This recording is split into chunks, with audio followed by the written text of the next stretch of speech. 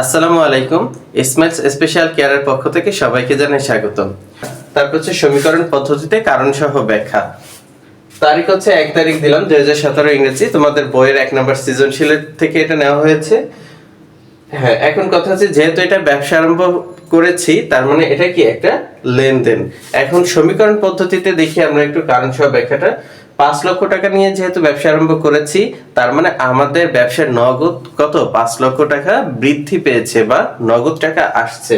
তাহলে আমরা এখানে লিখবো এখানে a = l + e, এটা আমাদের হচ্ছে সমীকরণ। এই a = l + e হিসাব সমীকরণের উপাদান। এখানে 5 লক্ষ টাকা কি নগদ টাকা নিয়ে আসছি। তাহলে নগদ টাকা নিয়ে আসলে কি হয়, এ বৃদ্ধি পায়, কারণ এই নগদ টাকা হচ্ছে একটা সম্পদ। আর আমরা জানি সম্পদ বৃদ্ধি পাওয়া মানে কি এ বৃদ্ধি পাওয়া। আর এই সম্পদ বৃদ্ধি পাওয়ার সাথে সাথে ব্যবসায় কি হয়েছে, মালিকানা সত্ত্ব কি মূলধন বৃদ্ধি পেয়েছে না? হ্যাঁ, ব্যবসায় 5 লক্ষ টাকা বিনিয়োগের ফলে যেমন অর্থ সম্পদও বৃদ্ধি পেয়েছে, ঠিক তেমনি আমাদের মালিকানা সত্ত্ব মানে মূলধনও বৃদ্ধি পেয়েছে। এই মূলধন যেহেতু বৃদ্ধি পাইছে তার মানে মূলধনটা মূলত কার উপরে ইফেক্ট করবে, ইর উপরে, মানে মালিকানা সত্ত্ব। তাহলে ইটা হচ্ছে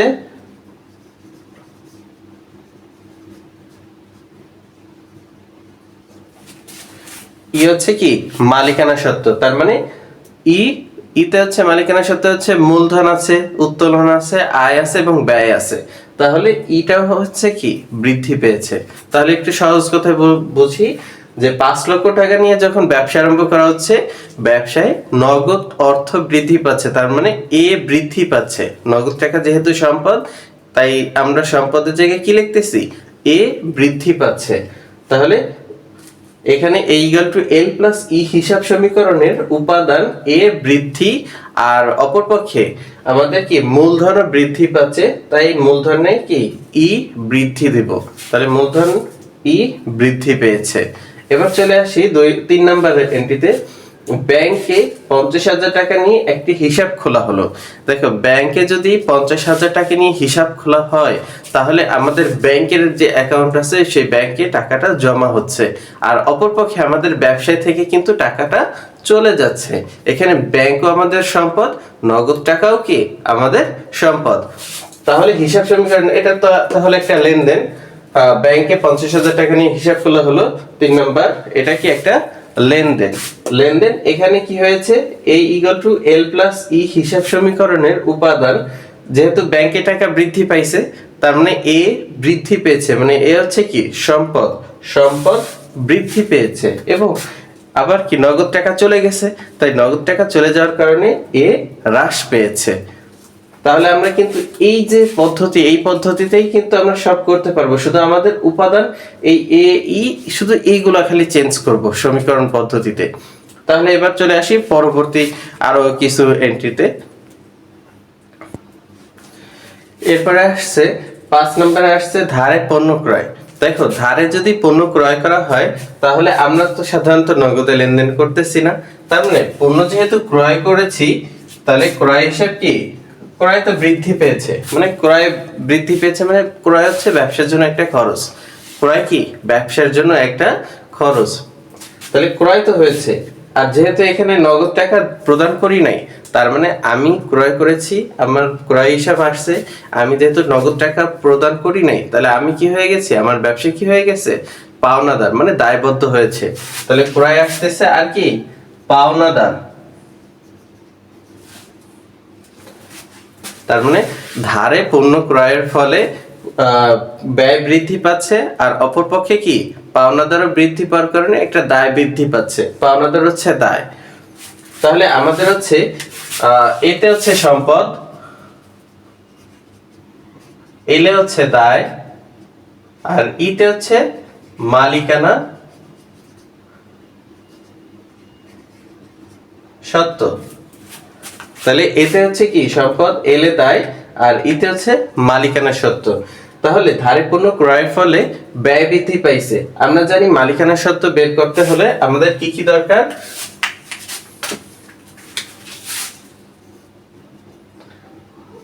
ওই সমান সমান c + r - d - e। ওই মানে মালিকানার সত্ত্ব। দেখো মালিকানার সত্ত্বের পরিবর্তনটা কিভাবে হবে, যদি আমাদের মূলধন বাড়ে তাহলে সে সি প্লাস হবে, আর সি প্লাস মানে যদি মূলধন বৃদ্ধি পায়, এখানে সি যদি বৃদ্ধি পায় তাহলে ই বৃদ্ধি পাচ্ছে, যদি আয় হয় আর মানে রেভিনিউ যদি হয় বা আয় হয় তাহলেও কি মালিকানা সত্ত্ব মানে ই বৃদ্ধি পাচ্ছে। যদি উত্তোলন হয়, উত্তোলন হলে মালিকানা সত্ত্ব কি হয়ে যাবে, কমে যাবে, মানে ওই বা ই হ্রাস হবে।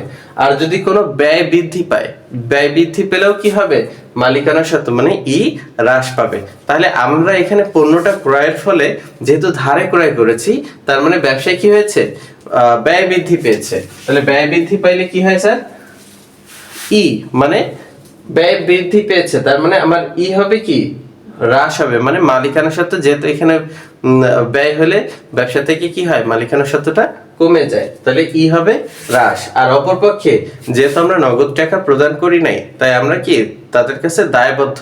তাহলে দায়বদ্ধ থাকলে স্যার কি হয়, দায়িত্ব আমরা জানি, এল এল হচ্ছে কি দায়, দায় বৃদ্ধি পেয়েছে মানে কি এল বৃদ্ধি পেয়েছে, আর আমাদের মালিকানা সত্ত্ব কি হয়েছে, কমে গেছে। তাহলে দেখি আমরা লেনদেনটা করি। ডিসেম্বর 5 তারিখ লেনদেন, এখানে A equal to L plus E হিসাব সমীকরণের উপাদান ই হ্রাস পেয়েছে, তার মানে কি ওই যে ক্রয়ের ফলে ব্যয় হচ্ছে, আর ব্যয় হলে কি হয়, মালিকানা সত্ত্ব কমে যায়। আর অপরপক্ষে কি দায় বৃদ্ধি পাচ্ছে, কারণ আমরা ক্রয় করেছি, ব্যয় বৃদ্ধি পেয়েছে, আর আমাদের কি মূলধন থেকে যেমন চলে গেছে তাহলে ই হ্রাস, আর অপরপক্ষে এল হচ্ছে দায় বৃদ্ধি, যেহেতু আমরা টাকা প্রদান করি নাই, এখন করিনি, পরে তো আমাদের করতে হবে, তাহলে হচ্ছে দায় বৃদ্ধি পেয়েছে পাওনাদারের কারণে। তাহলে হিসাব সমীকরণ আশা করি বুঝতে পারছি, ধারে পণ্য ক্রয়ের ফলে মালিকানার সত্ত্ব থেকে কমে গেল, আর আমরা কি যেহেতু নগদ অর্থ প্রদান না করার কারণে আমাদের প্রতিষ্ঠানটি কি দায়বদ্ধ হলো, তাহলে ই হ্রাস পেয়েছে আর এল বৃদ্ধি পেয়েছে। এরপরে চলে আসি নগদে পণ্য বিক্রয়। দেখো নগদে যদি পণ্য বিক্রয় করি, নগদ টাকা কি ব্যবসায় আসতেছে, তার মানে নগদ টাকা তো সম্পদ। তাহলে লেনদেন, এখানে A equal to L plus E হিসাব সমীকরণের উপাদান নগদ টাকা যেহেতু সম্পদ, তাহলে নগদ অর্থ বৃদ্ধি পাওয়ার কারণে কি আমরা এ বৃদ্ধি দিচ্ছি। আর নগদে পণ্য বিক্রয়ের ফলে যেহেতু নগদ অর্থ আসতেছে, আর কিসের জন্য আসতেছে, বিক্রয়ের ফলে, কিসের জন্য, বিক্রয়, বিক্রয়টা হচ্ছে আয়, বিক্রয় কি আয়। এখন আয় বৃদ্ধি পেলে আমরা এখানে লিখেছি দেখো, আর আরে কি রেভিনিউ, রেভিনিউ হচ্ছে আয়। তাহলে আয় যদি বৃদ্ধি পায় তাহলে কি ই বৃদ্ধি পাবে, তাই দেখো আমরা ই বৃদ্ধি পেয়েছে লিখেছি। তাহলে সহজভাবে আসি, নগদে পণ্য বিক্রয়ের ফলে নগদ অর্থ প্রতিষ্ঠানে বৃদ্ধি পাইছে, মানে এ বৃদ্ধি পেয়েছে বা সম্পদ বৃদ্ধি পেয়েছে। আর এটা কিসের মাধ্যমে আসছে, বিক্রয়, বিক্রয় একটা আয়। তাহলে আয় হইলে অনার্স ইকুইটি বা মালিকানা সত্ত্ব বৃদ্ধি পায়, তাহলে একটা হচ্ছে সম্পদ বৃদ্ধি পাচ্ছে, আর একটা হচ্ছে মালিকানা সত্ত্ব বৃদ্ধি পাচ্ছে। তারপরে চলে আসি পরের এন্ট্রিতে। এরপরে আছে পাওনাদারকে পরিশোধ 10,000 টাকা। দেখো স্যার, পাওনাদারকে যদি আমরা পরিশোধ করি, পরিশোধ করলে নগদ টাকা কি হচ্ছে, পাওনাদারকে পরিশোধ করলে নগদ টাকা চলে যাচ্ছে। আর যেহেতু পাওনাদার মানে আমাদের কাছে, আমাদের ব্যবসা প্রতিষ্ঠানের কাছে যেহেতু টাকা পাইতো, তাহলে তারা কি এখন সেই পাওনাদার যে দায়টা বৃদ্ধি পাইছিল, এখন সেই দায়টা কি হচ্ছে, কমে যাচ্ছে। তার মানে পাওনাদারটা কি হচ্ছে,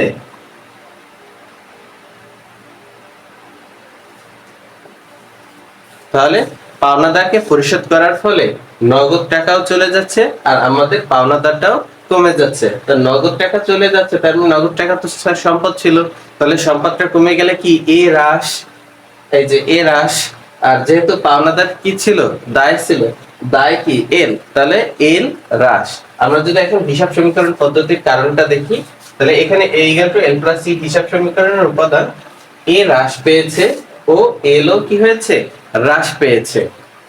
এরপরে চলে আসি 21 নম্বরে, মনে করো ধারে বিক্রয়। ধারে বিক্রয়ের ফলে কি হচ্ছে, বিকৃত হচ্ছে, যেহেতু বিক্রয়ের ফলে নগদ টাকা আমরা পাচ্ছি না, নগদ টাকা না পাইলে কি হবে, একটা দেনাদার বৃদ্ধি পাবে, মানে আমাদের ব্যবসা প্রতিষ্ঠান তার কাছে কি টাকা পায়, তাহলে কি আছে, একটা দেনাদার অথবা প্রাপ্য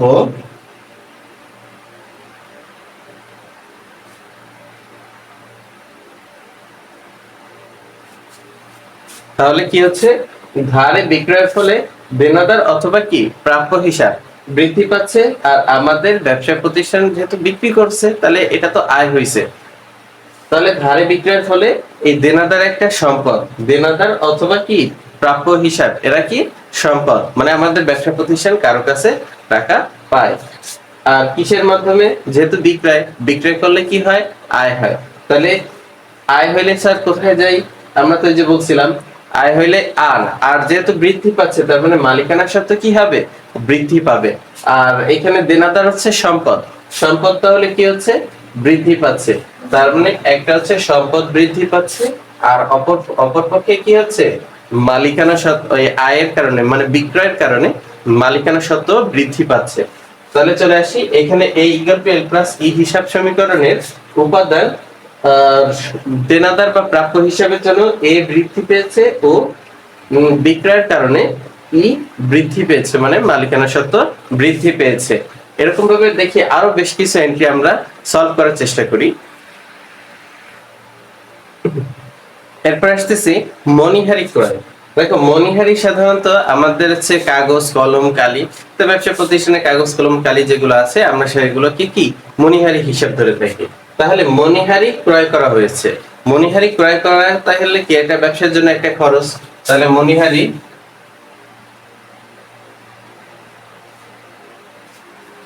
মণিহারি হিসাবের জন্য আমাদের কি মণিহারি যেহেতু একটা খরচ, তাহলে খরচ বাড়তেছে আর আমাদের কি হচ্ছে, ব্যবসা থেকে নগদ টাকা চলে যাচ্ছে।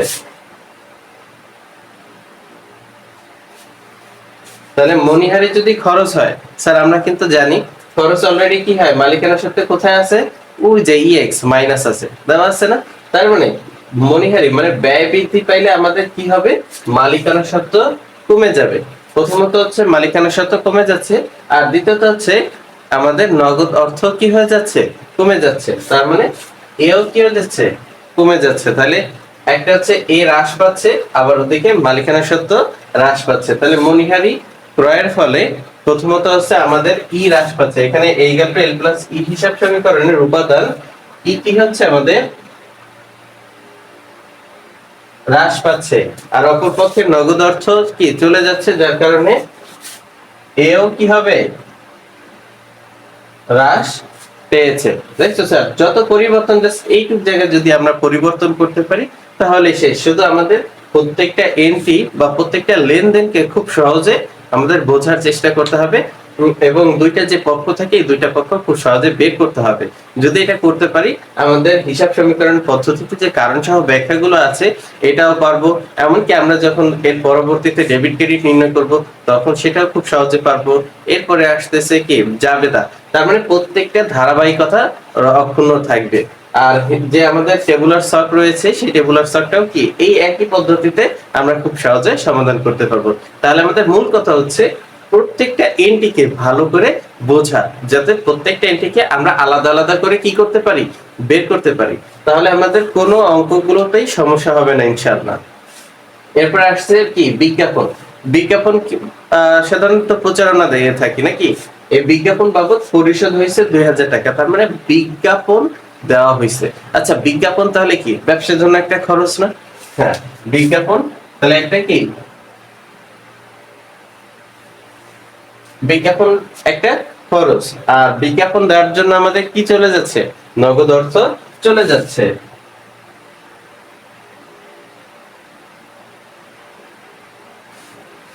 তাহলে বিজ্ঞাপন যেহেতু খরচ, আর খরচ হইলে আমরা অলরেডি কি জেনে এসেছি যে মালিকানা সত্ত্ব থেকে কমে যায়, তার মানে ই হ্রাস পেয়েছে। আর নগদ টাকাও যেহেতু এখানে চলে গেছে, তাহলে কি নগদ টাকা মানে সম্পদ, সম্পদও কি হবে, কমে যাবে। তাহলে প্রথমত হচ্ছে মালিকানা সত্ত্ব হ্রাস মানে ই হ্রাস, আর অপরপক্ষে নগদ টাকা চলে যাওয়ার কারণে কি হয়েছে, সম্পদ মানে এ কি হচ্ছে, হ্রাস পেয়েছে। হ্রাস মানে কি কমে যাওয়া। তারপরে আরো বেশি কিছু এন্ট্রি দেখতে থাকি। এরপরে চলে আসি আমাদের হচ্ছে কি আসবাবপত্র ক্রয়। দেখো আসবাবপত্র সাধারণত ফার্নিচার টাইপের আমরা বুঝে থাকি, ব্যবসা প্রতিষ্ঠানে অফিসে আমাদের কি বেশ কিছু আসবাবপত্রের প্রয়োজন হয়। এই যে সাধারণত কাঠের তৈরি যে সকল জিনিসগুলা তৈরি করা আছে ওগুলো কি আমরা আসবাবপত্র বলে থাকি। তাহলে আসবাবপত্র যদি কিনি, আসবাবপত্র কিন্তু আমাদের ব্যবসার জন্য কি একটা সম্পদ। তাহলে মনে রাখবা যখন কোনো সম্পদ ক্রয় করা হয় তখন কিন্তু ক্রয় হিসাব আনা যাবে না, এটা খেয়াল রাখবা। যখন আসবাবপত্র বা এরকম টাইপের যে সম্পদগুলো ক্রয় করতেছো অথবা সেই সম্পদ যদি বিক্রি করো তাহলে আমাদের পণ্য হিসেবে ওটাকে ধরা যাবে না। তার মানে ক্রয় হিসাব ধরা যাবে না, কারণ আমাদের অলরেডি মাথায় কিন্তু ঢুকে গেছে যে ক্রয় করলে আমাদের কি ব্যবসা প্রতিষ্ঠানে ব্যয় হয়। তার মানে ক্রয়টা হচ্ছে একটা কি ব্যয়, খরচ। কিন্তু যখন কোনো সম্পদ কিনবা তখন ওই ব্যয়টা ধরবা না, তখন ধরবা কি ওই সম্পদটাকে ধরবা। তার মানে ক্রয়ের ফলে সম্পদ কি হচ্ছে আমার ব্যবসা প্রতিষ্ঠানে বৃদ্ধি পাচ্ছে। তার মানে আসবাবপত্র,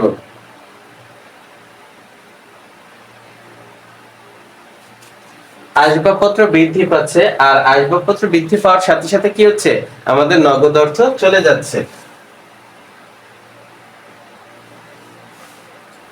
তাহলে আসবাবপত্র একটা সম্পদ, তাহলে আমরা তো জানি অলরেডি সম্পদ হচ্ছে এ।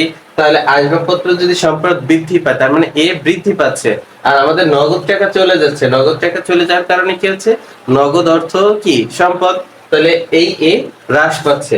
তাহলে আমরা লিখতে পারি এটাও কি একটা লেনদেন। এখানে a = l + e হিসাব সমীকরণের উপাদান এ, এ বৃদ্ধি, আবার অপরপক্ষে নগদ টাকা কমে যাওয়ার কারণে কি হচ্ছে এ হ্রাস পাচ্ছে, এ হ্রাস পেয়েছে।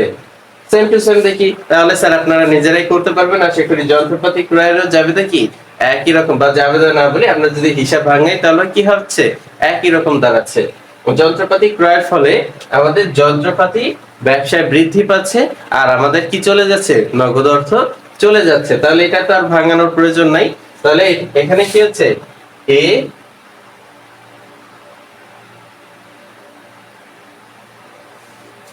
এ বৃদ্ধি ও এ হ্রাস পেয়েছে। তারপরে আরো বেশ কিছু এন্ট্রি দেখতে থাকি। এরপরে চলে আসি বেতন পরিশোধ। বেতন পরিশোধ করার ফলে কি হচ্ছে আমাদের নগদ অর্থটা ব্যবসা থেকে কমে যাচ্ছে। আর বেতন কি একটা খরচ, তাহলে বেতন খরচ মানে কি খরচ বৃদ্ধি পাচ্ছে। তাহলে বেতন পরিশোধ করার ফলে বেতন হিসাব আসতেছে আর আমাদের কি নগদ টাকা চলে যাচ্ছে। তাহলে বেতন পরিশোধ করছে 1000 টাকা, তাহলে বেতন কি একটা ব্যয়। তাহলে ব্যয় হচ্ছে কোথা থেকে যায় এক্স, মানে মালিকানা সত্ত্ব কমে যাবে। আর নগদ অর্থ কি হচ্ছে নগদ টাকাও কমে যাচ্ছে, তার মানে সম্পদও কি হচ্ছে কমে যাচ্ছে।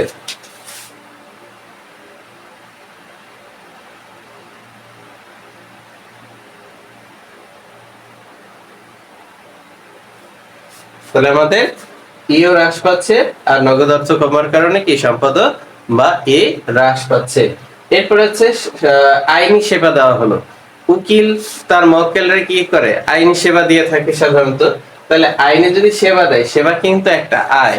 যেমন আমরা বিক্রি করি, বিক্রয় কি একটা আয়, ঠিক তেমনি সেবা দেওয়া কি সেবা দেওয়া আয়। তাহলে সেবা আয়,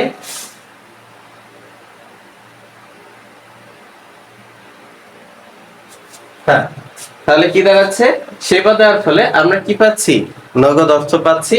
আর আমাদের কি যেহেতু এটা একটা আয়, তাহলে সেবা আয় হিসাবে কি আসতেছে একটা আয় বৃদ্ধি পাচ্ছে। আচ্ছা, আয় বৃদ্ধি পাইলে তো আমরা জানি মালিকানা সত্ত্ব বা ই বৃদ্ধি পায়। আর নগদ টাকা যেহেতু বাড়তেছে তাহলে নগদ অর্থ কি হচ্ছে বা এ বৃদ্ধি পাচ্ছে। তাহলে আমরা উপাদানে এখানে এ বৃদ্ধি ও ই বৃদ্ধি পেয়েছে।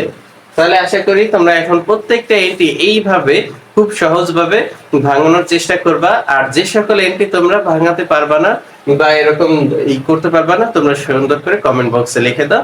ইনশাআল্লাহ আমি প্রত্যেকটা এন্ট্রি তোমাদের খুব সুন্দর করে ব্যাখ্যা সহকারে দুইটা পক্ষ আলাদা করে দেব, এবং কোনটা কি হিসাব মানে এ এল ই এর ভিতরে কে কি পরিবর্তন হচ্ছে, সমীকরণের কোন জায়গাটা পরিবর্তন হচ্ছে আশা করি তোমাদেরকে ক্লিয়ার ভাবে বুঝিয়ে দেবো ইনশাআল্লাহ।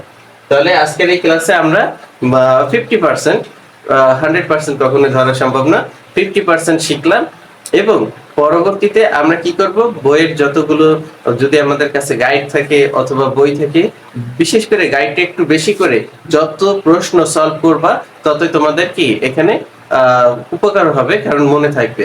কারণ হিসাব বিজ্ঞানের একটা জিনিস হচ্ছে যত বেশি প্র্যাকটিস করবা অঙ্কগুলো তত তোমার আয়ত্ত হবে।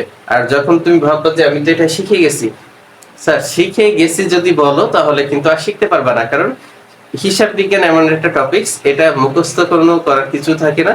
এগুলো প্রত্যেকটা জিনিস বুঝে যত করতে পারবা ততই তোমার চর্চা থাকবে, এবং ব্রেন ক্লিয়ার থাকলে তুমি অঙ্কগুলো খুব সহজে একেবারে 100-এ 100 অ্যান্সার দিয়ে আসতে পারবা। তোমাদের বর্তমানে হচ্ছে 2026 শিক্ষাবর্ষ যারা রয়েছে, 26 না, যারা নতুন এবছর 9-এ আসছো, 2025 সালে যারা 9-এ আসো, এরা হচ্ছে 27-এর ব্যাচ। তাহলে তোমাদের কিন্তু হিসাব বিজ্ঞান, এবং যারা 26-এ পরীক্ষা দেবা তাদেরও কিন্তু সৃজনশীল বা প্রশ্নের প্যাটার্ন কিন্তু অনেকটা চেঞ্জ করেছে। সুতরাং এই যে 5টা সৃজনশীল এখন লিখতে হয়, আর 4টা সৃজনশীল, আর একটা হচ্ছে আর্থিক অবস্থার বিবরণী থেকে লিখতে হবে, আর বাকি হচ্ছে কি 10টা ছোট প্রশ্ন দিবে, 30টা এমসিকিউ দেবে। তাহলে 4টা সৃজনশীল হচ্ছে 40 মার্ক, আর একটা হচ্ছে আর্থিক অবস্থার বিবরণী থেকে দিবে, সেখানে থাকবে হচ্ছে একটা সৃজনশীল থাকবে পরিপূর্ণভাবে, ওটা পরিপূর্ণভাবে করলে তোমরা 20 মার্ক পাবে। তাহলে ওদিকে 40 আর এই 20, মোট কত 60 মার্ক। এবং সংক্ষিপ্ত প্রশ্নের উত্তর দেওয়া থাকবে 10টা, 5টা হচ্ছে 2 মার্ক করে, 5 দুগুণী 10, আর বাকি থাকতেছে 70 মার্ক হয়ে গেল। এরপরে বাকি থাকবে তোমাদের 30টা এমসিকিউ। তাহলে আমাদের 50 বা 60 মার্ক, এই 60 মার্ক উঠাইতে কিন্তু আমাদের যত বেশি প্র্যাকটিস করব আমরা ততই 60-এ 60 একেবারে অ্যাকুরেট উঠাতে পারবো।